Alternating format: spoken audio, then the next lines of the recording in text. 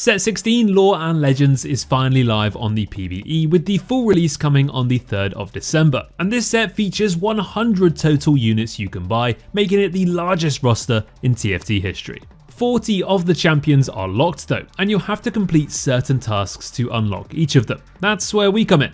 In this video, we're going to go over every unlock requirement and show you how to free these poor units, and then of course use them in your comps. So how does it actually work then? Well, every time you unlock a champion, you'll be guaranteed to see them in your next shop. If you choose not to play those unlocked champions because they aren't a part of your comp, but you naturally unlock them anyway, if you don't buy them, they will gradually have lesser odds of showing up to avoid clogging up your shop slots. These locked champions range from 2 or 3 cost units all the way up to the new 7 cost champions like Brock or Baron Nashor. But before we get into those, let's start out with the 2 costs and work our way up. Starting off, we have Bard, and his trait is Caretaker, which gives you a random unit after winning combat or free rerolls if you lose them. To unlock Bard, you'll need to reroll your shop 4 times before the stage 2 carousel. So if you have augments like Trade Sector that give you free rerolls, that's an easy way to unlock him early on. Then we have the Bilgewater and Gunslinger unit Graves, and to unlock him you'll need to field his partner in crime Twisted Fate and have 2 items on him for 1 combat round. You don't have to keep those items on Twisted Fate though, because as soon as you've unlocked Graves you can put them on him if you want to.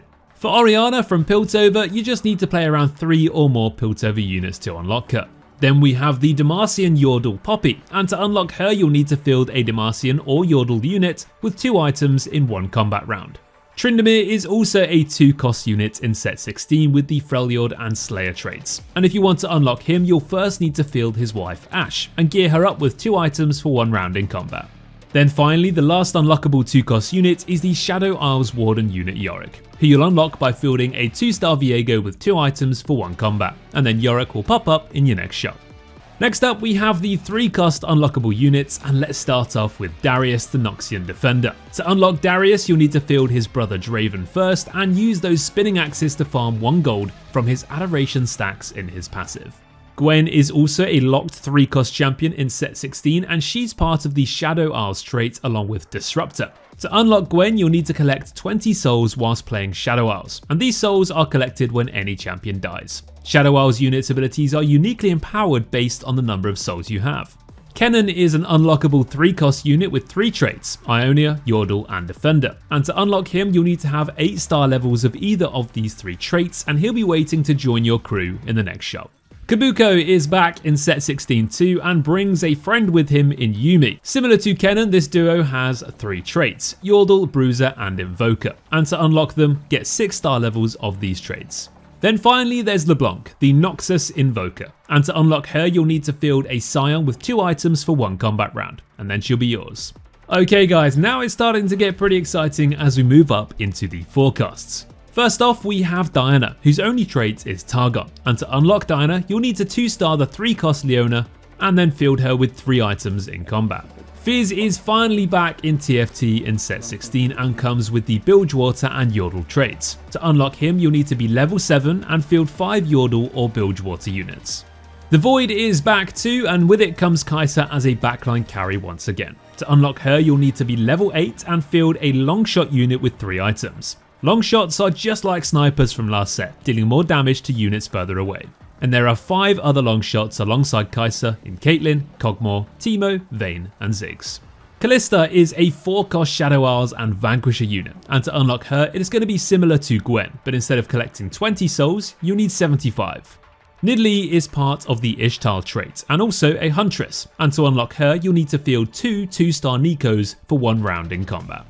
Then we have the Rift Herald as a 4 cost unit that yes, you can itemize and use as a carry. To unlock Shelly, you'll need to have the Void trait active for 8 player combats, to try to get it in during stage 2 so you can bring out the Herald during the mid game and start destroying everyone.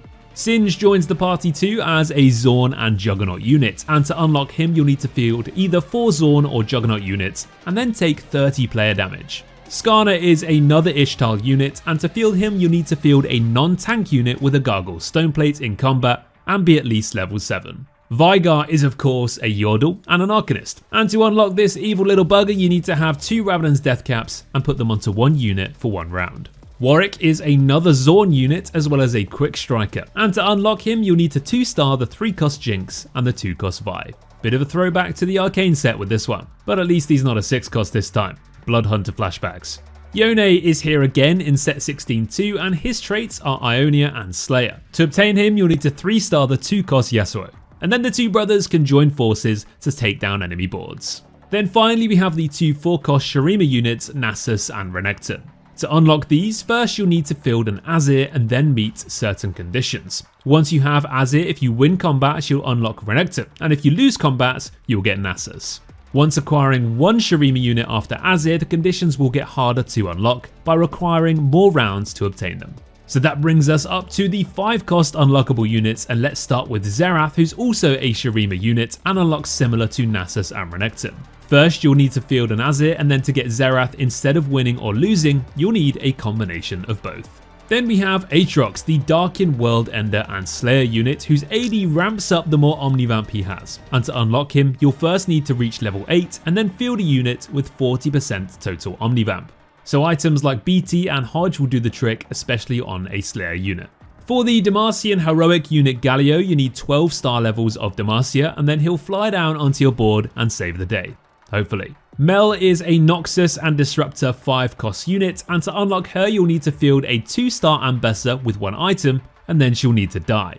Whoa, spoilers. For the boss himself, in set, this Ionian unlocks by reaching level 8 and fielding only 1 unit in the first 2 rows. Tahm Kench has been unbenched and is back as a 3-trait unit this set with Bilgewater, Bruiser and Glutton, and to obtain him you need to spend 500 Silver Serpents in the trait-specific Bilgewater shop. The T-Hex is also here with 3 traits too, Hexmech, Piltover and Gunslinger, and to unlock it you'll need 9 Piltover star levels to add him in and watch his huge laser do its thing. Thresh is a Shadow Isles Warden unit that uses his entire kit from League of Legends, rather than just a hook or a flay. To unlock Thresh, similar to the other unlockable Shadow Isles units, you'll need to collect souls, and Thresh needs 150 souls to be unlocked. To obtain the Freljord Bruiser Volibear, you'll need to be level 8 and then have a unit with 3800 HP. So play towards bruisers and stack your HP tank items onto the same unit to bring this big bag bear online. Then for the final 5 cost we have the Zorn Yordle Longshot unit Ziggs. And to unlock him you'll need to reach level 9 and then field a Yordle or Zorn unit with 3 items. Okay guys, now we have the big boys. The 6 7-cost units in set 16, Aurelion Sol, Baron Nashor, Brock, Ryze, Sylas and Zehen. To unlock Aurelion Sol, the Starforger and Targon champion, you'll need to field all 5 of the other Targon units, Aphelios, Leona, Zoe, Diana and Taric. Baron Nashor is a playable unit in set 16 who just looks amazing when it joins your board, and looks really funny when it's sat there on your bench. But to unlock it you'll need to reach level 10 with 7 Void activated, so make sure you look out for those econ augments or high gold encounters to get Baron online. Brock is a brand new Ishtal unit that deals some serious damage and causes chaos to enemy boards. To unlock this big beefy Brocky boy, you'll need to collect 500 Ishtal clues, which you'll get from completing quests within the Ishtal trait. Then we have one of the most unique units in set 16, the Rune Mage Ryze, who gains different abilities for each region trait activated. To unlock Ryze, you'll need to reach level 8 and then activate 4 region traits to bring him into your squad. Sylas is here as a 7-cost Chainbreaker, Arcanist and Defender unit, and he's one of the riskiest 7-cost units to play around, as to unlock him, you'll need to sell a 2-star Jarvan, Lux and Garen. Then last but definitely not least, we have the latest champion to join the League of Legends roster, Zehen. And the only way to get this beast is by having the Xin Zhao hero augment, Trials of Twilight, and then field your 3-star Xin Zhao for 5 rounds for him to transform into Zehen and destroy everything inside. And that's all the unlocks for set 16 guys. Let us know who your favourite champion is so far, and make sure you check out our website and download our overlay, as we've got tons of comps for you to play on the PBE and we'll be updating it every single day. Good luck and have fun.